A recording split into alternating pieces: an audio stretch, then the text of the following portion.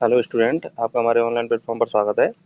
दोस्तों, last class में हमने अंतरिक्ष प्रौद्योगिकी वाली जो क्लास है आरएस प्री के लिए, उसमें हमने आपसे क्वेश्चन पूछा था और क्वेश्चन था कि इसरो की स्थापना कब हुई।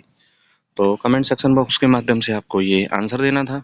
तो इसका जो राइट आंसर है वह है 1969 को इसरो की स्थापना हुई। तो उसके हम आगे वाले क्लास में चलेंगे। देखिए, पहली क्लास हो चुकी है, इसके आगे वाली जो क्लास है इससे हम ये समझेंगे कि और भारत का योगदान अंतरिक्ष प्रौद्योगिकी में किस तरह से है और भारत किस तरह से आगे बढ़ रहा है। तो चलिए हम शुरुआत करते हैं आज की क्लास की। और जो भी स्टूडेंट है इस चैनल पर नए, इस चैनल को जरूर सब्सक्राइब करें और क्लास को पूरा देखें और अपने दोस्तों तक शेयर कीजिए। चलिए, सबसे पहले हम बात करते हैं भारत के प्रमुख उपग्रह और उनकी क्या क्या भूमिकाएं रही हैं। देखिए, भारत सरकार ने संचार उपग्रह अंतरिक्ष में स्थापित किए हैं, कम्युनिकेशन सैटेलाइट। और सबसे पहला जो कम्युनिकेशन सैटेलाइट है वह है इनसैट श्रृंखला के सैटेलाइट। इनसैट श्रृंखला के जो सैटेलाइट हैं वह संचार, टेलीविजन और मौसम विज्ञान में उपयोगी हैं। देखिए, जो हम टीवी देखते हैं, जो हम रेडियो सुनते हैं, या फिर हम कह सकते हैं कि इंटरनेट का उपयोग वर्तमान समय में बहुत हो रहा है, तो उसके लिए संचार उपग्रह क्या है, काम आते हैं। तो भारत सरकार ने इनसैट श्रृंखला के जो उपग्रह हैं वह भूस्थायी कक्षा में स्थापित किए हैं और उस कक्षा से जो उपग्रह है भारत को संचार सुविधा उपलब्ध करा रहे हैं। अगला है जीसैट श्रृंखला। जीसैट श्रृंखला के जो उपग्रह हैं वह इंटरनेट, डीटीएच, टेली कॉन्फ्रेंसिंग सेवाओं में मदद करते हैं। यानी जो हमारी डीटीएच है और जो इंटरनेट है और आपका टेली कॉन्फ्रेंसिंग है, जैसे ऑनलाइन हम कॉन्फ्रेंसिंग करते हैं, तो उन सेवाओं में जो मदद करते हैं उस श्रृंखला के उपग्रहों को जीसैट नाम दिया गया है। और जो संचार की सुविधा, जैसे टेलीविजन के लिए, रेडियो के लिए, मौसम विज्ञान के लिए जो उपग्रह हमारे लिए काम आते हैं उनको हम इनसैट श्रृंखला के उपग्रह कहते हैं। आगे हम बात करें कि इसरो के द्वारा मौसम विज्ञान से संबंधित उपग्रह भी स्थापित किए गए हैं। मेटीरियोलॉजिकल सैटेलाइट स्थापित किए गए हैं और उनका नाम क्या है? उनका नाम है कल्पना-1। कल्पना-1 जो उपग्रह है वह मौसम का पूर्वानुमान और आपदा प्रबंधन में उपयोगी है। यानी आपदा प्रबंधन है, कहीं पर बाढ़ आ रही है, कहीं पर तूफान है या कहीं पर सुनामी जैसी घटनाएं हैं, तो उनसे प्रबंधन करने के लिए कल्पना-1 जो उपग्रह है वह क्या है, बहुत ज़्यादा सहयोगी है। मेगाट्रोपिक्स जो उपग्रह है वह चक्रवात और मानसून का अध्ययन करने में उपयोगी है। तो मौसम विज्ञान संबंधी उपग्रह जो है हमने स्थापित किए हैं। तो धीरे धीरे कहीं ना कहीं हम सभी क्षेत्रों में आगे बढ़ते जा रहे हैं। और देखिए, मैं आपको पहले ही कह रहा था कि जिस देश की टेक्नोलॉजी बहुत अच्छी होगी, जिस देश का ज्ञान बहुत अच्छा होगा, वह देश हमेशा क्या होगा, आगे बढ़ेगा। तीसरा है पृथ्वी अवलोकन उपग्रह। अर्थ ऑब्जर्वेशन सैटेलाइट इसरो के द्वारा स्थापित किए गए हैं, जिसमें कार्टोसैट है और ओसिनोसैट है। कार्टोसैट जो है भूमि प्रबंधन और शहरी विकास के लिए काम करता है। कार्टोसैट जो है वो भूमि प्रबंधन और शहरी विकास के लिए काम करता है। और ओशनसैट जो है वो समुद्री संसाधनों का अध्ययन करता है। किसका अध्ययन करता है? समुद्री संसाधनों का अध्ययन करता है। तो इस तरह के उपग्रह भी हमने अंतरिक्ष में स्थापित किए हैं। तो उपग्रह अगर हम अंतरिक्ष में अपने विभिन्न कामों के लिए जो स्थापित कर रहे हैं, उनसे आप देख रहे हैं कि वर्तमान समय में बहुत ज़्यादा तकनीकी और संचार सुविधाओं में बदलाव आने के कारण धीरे धीरे दुनिया बहुत तेजी से आगे बढ़ रही है।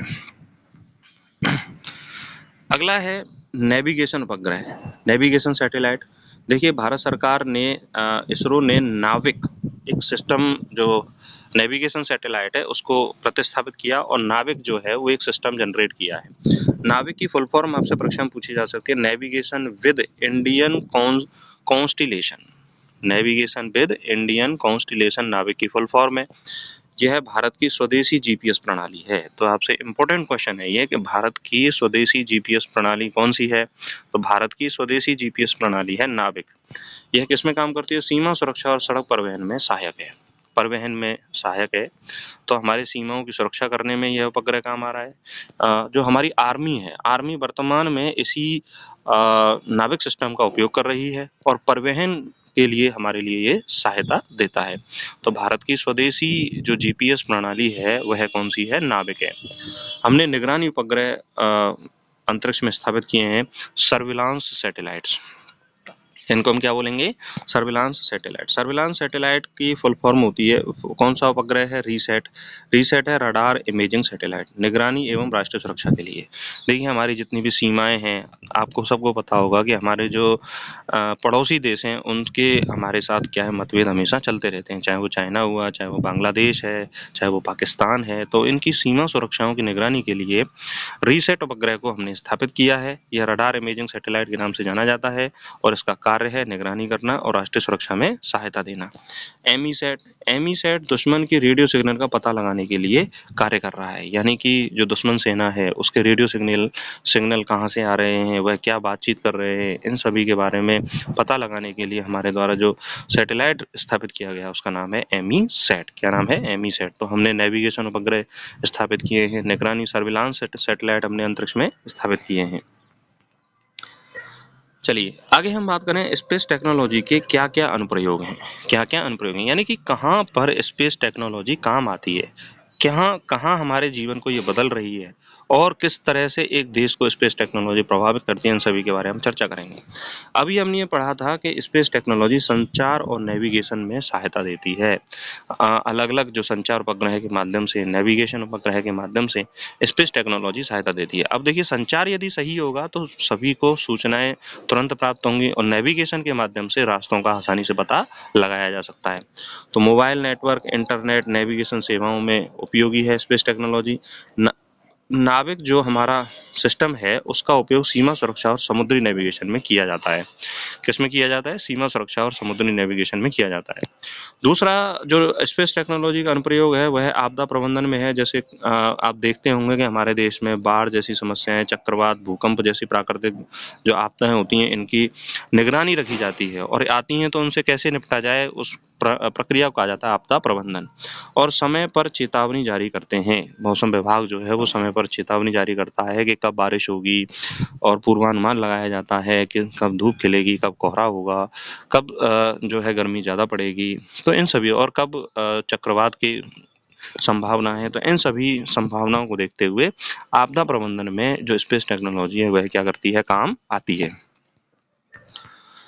नेक्स्ट है स्पेस टेक्नोलॉजी कृषि और जल संसाधन के प्रबंधन में भी काम आती है। जैसे फसल क्षेत्र का आकलन करना, भूमि उपयोग की जानकारी लेना, सिंचाई योजनाओं का विकास करना, तो वह सभी स्पेस टेक्नोलॉजी यानी उपग्रह यदि हमने स्थापित किए हुए हैं तो उनकी सहायता से ये आसानी से संभव हो जाता है। तो आप देखते होंगे कि उपग्रह सैटेलाइट के माध्यम से आप किसी भी जमीन का मैप देख सकते हो, किसी भी खेती को देख सकते हो कि कहाँ पर कौन सी खेती हो रही है।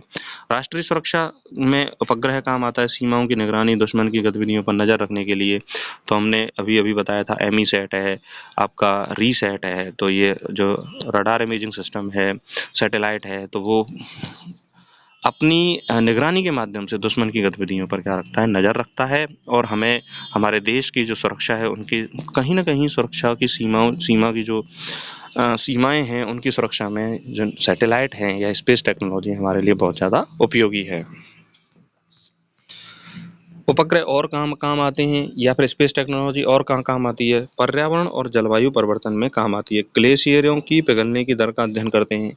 तो उपग्रह के माध्यम से ग्लेशियर किस दर से पिघल रहे हैं उसका अध्ययन किया जाता है, क्योंकि आप देख रहे हो वर्तमान समय में जलवायु में, ग्लोबल वार्मिंग के कारण जलवायु में और पर्यावरण में बहुत ज़्यादा अंतर आ रहा है।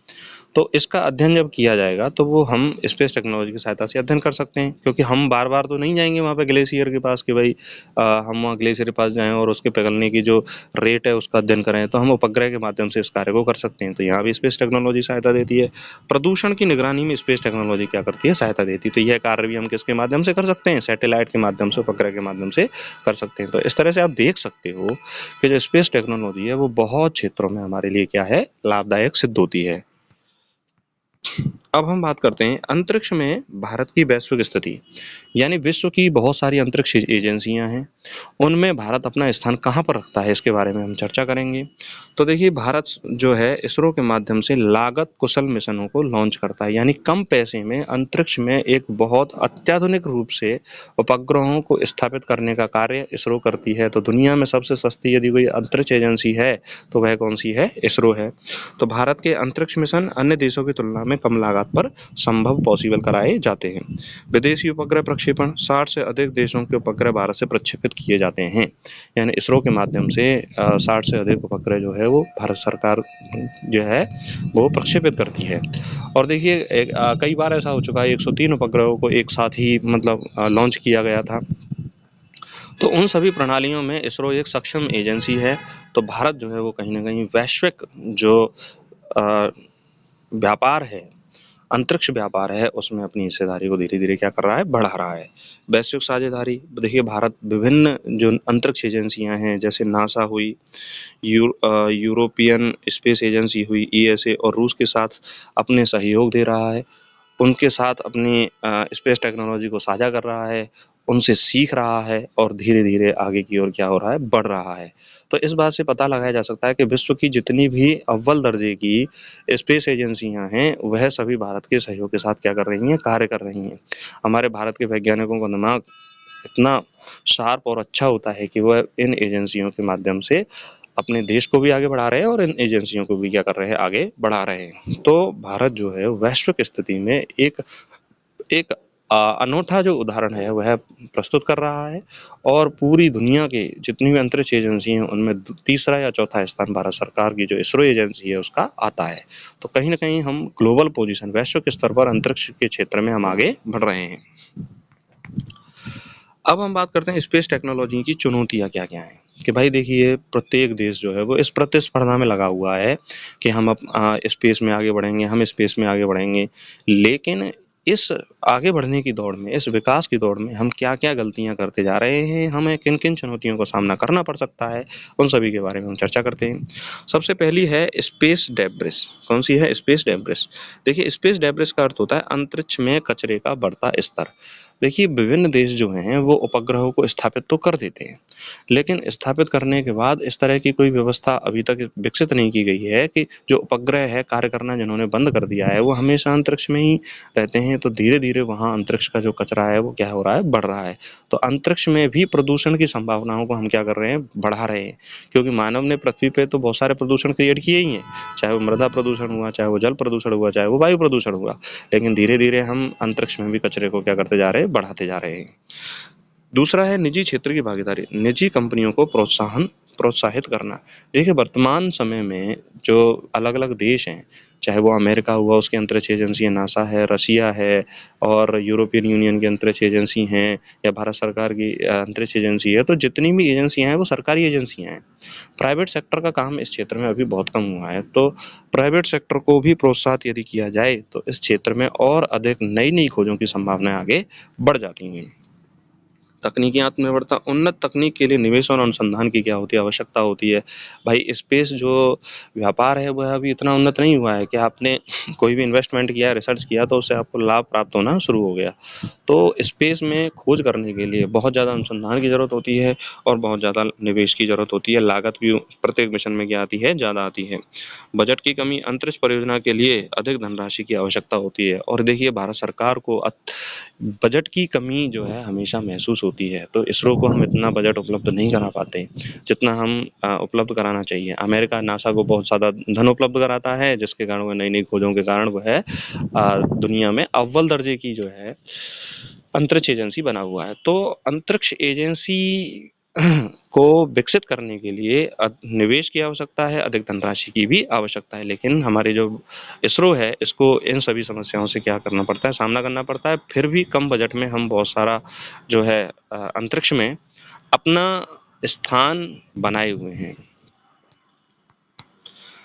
अब हम बात करते हैं इसरो की भविष्य की योजनाएँ क्या हैं, भारत सरकार की भविष्य की योजनाएँ क्या हैं? तो भारत सरकार की भविष्य की योजना है गगनयान मिशन।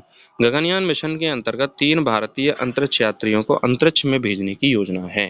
गगनयान मिशन में 3 भारतीय अंतरिक्ष यात्री को कहाँ भेजा जाएगा? अंतरिक्ष में भेजा जाएगा। चंद्रयान 4 और मंगल मिशन 2 को भी आगे बढ़ाया जाएगा।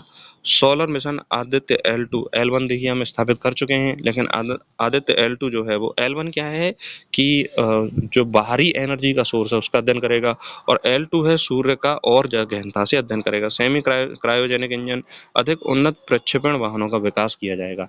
यानी हम जो सैटेलाइट प्रक्षेपित वाहन PSLV GSLV का हमने विकास किया है, उस उनको और एडवांस रिसर्च के माध्यम से सेमी क्रायोजेनिक इंजन का विकास किया जाएगा, और उनको अंतरिक्ष में अधिक उन्नतशीलता के साथ आगे बढ़ने के लिए इन योजनाओं पर क्या किया जा रहा है, विचार किया जा रहा है। चलिए कुछ इंपॉर्टेंट पॉइंट के बारे में बात करते हैं। इसरो के वर्तमान अध्यक्ष कौन है? डॉक्टर एस सोमनाथ इसरो के वर्तमान अध्यक्ष हैं। ये नॉर्मल सा क्वेश्चन है, आपसे पूछा जा सकता है। भारत का पहला स्पेस स्टेशन 2030 तक स्थापित करने की क्या है योजना है? तो ये क्वेश्चन परीक्षा में पूछा जा सकता है आपसे कि भाई भारत सरकार द्वारा अंतरिक्ष में पहला स्पेस स्टेशन कब तक स्थापित करने की योजना है? तो 2030 तक। और PSLV C55 सबसे हालिया उपग्रह लॉन्च किया गया है, लॉन्च व्हीकल है PSLV C55। तो जो अभी लेटेस्ट जो हमने लॉन्च व्हीकल जो जिसका इस्तेमाल किया है वो कौन सा है? PSLV C55 जो है हालिया उपग्रह स्थापित करने वाला लॉन्च व्हीकल का इस्तेमाल हमने किया है। तो हम धीरे धीरे जो लॉन्च व्हीकल है उनको भी क्या है, नई नई उन्नत खोजों के माध्यम से उत्कृष्ट तकनीक का उपयोग करते हुए हम आगे बढ़ते जा रहे हैं। तो दोस्तों इस तरह से हमने स्पेस टेक्नोलॉजी में आज हमने यहाँ तक क्लास ली। आशा करता हूँ कि आपको ये क्लास समझ में आई होगी, और धीरे धीरे आपके इस अंतरिक्ष जो स्पेस टेक्नोलॉजी है उसमें समझ विकसित हुई होगी। आगे भी हम क्लास जारी रखेंगे, और धीरे धीरे आप पढ़ते रहिए, अपनी तैयारी को स्ट्रॉन्ग करते रहिए। कुछ ही दिनों में हम RS प्री की जो संपूर्ण कक्षा है उनको हम फिनिश करेंगे और आपकी तैयारी में योगदान देंगे। जहाँ तक मैं समझता हूँ कि आप धीरे धीरे समझ पा रहे होंगे, और आर्ट वाले स्टूडेंट भी जिनको कोई समस्या आती है या कोई प्रॉब्लम आती है, देखिए साइंस वाले स्टूडेंट तो बहुत अच्छे से समझ रहे होंगे, लेकिन आर्ट वाले स्टूडेंट को जो समस्या आ रही है वो भी अपनी प्रॉब्लम्स को ज़रूर शेयर करें। अपनी तैयारी को स्ट्रॉन्ग करते रहिए, आगे बढ़ते रहिए। नमस्कार, धन्यवाद।